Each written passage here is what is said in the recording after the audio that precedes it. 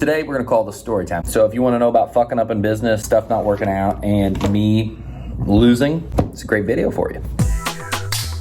Woo! Let's do this. We're going to talk about how I had a major failure the first time I came to Florida. Someone left it on a comment. Yes, we've made a bunch of content about this before, but I wanted to rehash this. If you like me losing, it's a great video for you. Watch to the end. It's going to be awesome. So we've already went to Florida once. This is our second round. I think our first one was like 2017. It was awesome. It was successful. And it was growing fast. Not as fast as now, because now I really fucking know what I'm doing. We were getting steam. We were getting rock and rolling. And got some free chapstick today. Things were moving right along. We were starting to hire people. Man, looking back on it, we are kicking so much more fucking ass this time. It is crazy. We were doing landscape projects. We were doing mowing. I think we were up to like 50, 70, something like that accounts when we had to wrap it up. And what I'd done is I tried to pull myself out of my business in Illinois very, very early, too early. Everything I've done though that's been successful has always been too early. So it's been a repetition of trying things too soon and making it work. And I hired people that were skilled, supposedly, to be a production manager and a designer. And that started out feeling like it was going to be really good. We had some fun. We got started. We got rocking. We got rolling. And after about 4 months of them being there, first the designer put in his resignation.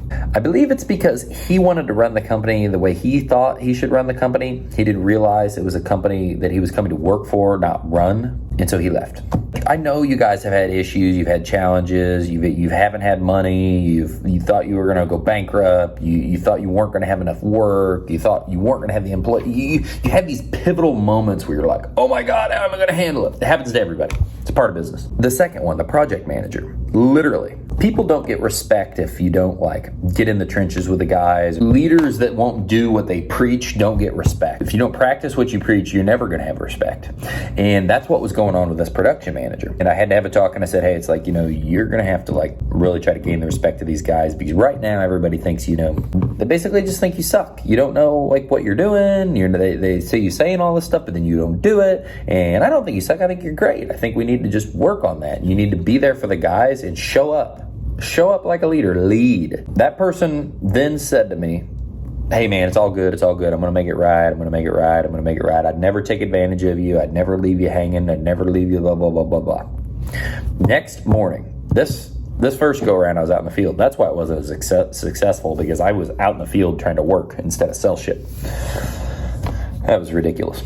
And I was out in the field working on a landscape project. I could probably, if I saw some names, I could even pick out the guy's name where we were working. We were finishing up. It was me and one other guy. I get a text from my team. And they say, where's so-and-so?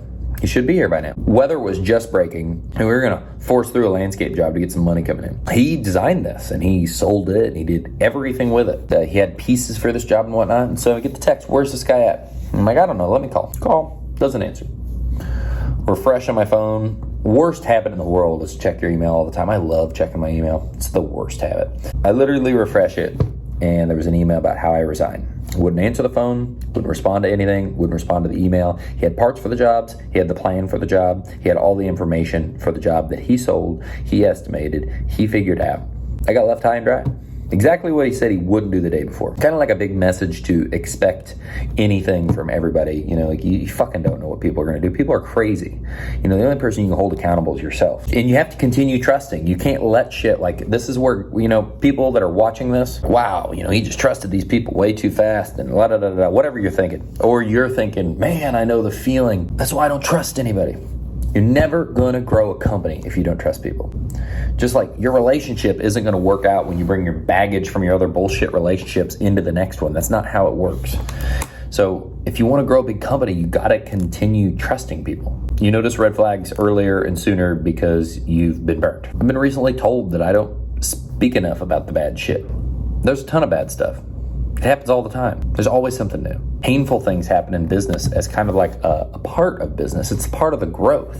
It's true. I'm an internal optimist. That's why when you see me, hey, that's how I am. It's really hard to turn off the good. It's really hard for me to see the bad in things. My glass is half full all the time. And when I look back at the past, when I talk about things like this, I usually don't even see the bad. I see what where the growth was. And honestly, that's how you get successful, is you look at all the bad shit that happened to you, like how it happened for me, and you see the good in it instead of the bad that leads people to crying and bitching and being little fucking victims for the rest of their life. In business, there's tons of bad stuff that happened. That's how Florida failed the first time. Since Florida failed the first time, I've been sued maybe a couple times.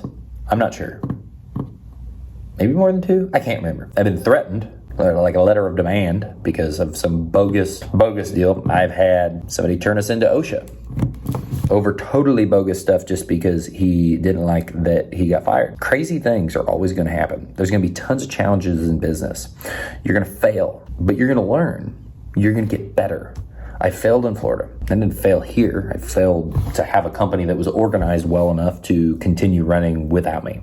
And then I did what it took to continue on, and I learned from it. And then all these other things I've talked to you about, or the times where employees have just walked and we needed them to show up for the job, or whatever it is, or all the challenges that all of you are going through. You just learn to handle and deal with it better, and then you structure things better so it doesn't affect your company as much. And that's the transition from here to there in growth. And where you're at right now, I want to be able to pull everybody forward and grow them faster. If you're doing 100,000 in sales and you're like, this is fucking ridiculous, I want to do 500,000, I want to do 1 million, I want to do 2 million, I want to help you get to that, because I've been there. That's easy. Just like I want to look towards people that are doing 10 times more than me to teach me how to get there. That's what Growcom's all about. Like, I want to cut out some of the pain, and I want to shorten the time it takes you to grow. So maybe you don't have to have that Florida experience. Or maybe if you do it too early, it works out well for you, because you thought about the consequences, and we thought about these people that should have never hired if I knew what I was doing. That's what this is all about. It's about growing. That's what my YouTube channel is about. It's about super huge freaking growth and building a business. And that's what I'm passionate about. And that's why I'm willing to go out and take daggers like the first Florida venture, take daggers from all the bad things that happen, instead of being a little crybaby victim that says, man, it just is always so hard and it never works out for me. So that's my story, with a little bit of insight about some of the pain that's happened from, being around these palm trees before, and some of the other pain that's happened in the business. And that's not even the icing on the cake. I mean, crazy shit happens. That's a part of it. Learn, grow, get better. I'd love if this helped you or it motivated you. I've got a real calm demeanor right now. I just meditated, actually. If this helped you at all, share this with someone that is thinking they're fucking not going to be able to make it through what they're about to go through, that's right at the brink. Share this with them to help them grow so you can help somebody else. People need to help more people. That needs to be what we're fucking focusing on right now. See ya.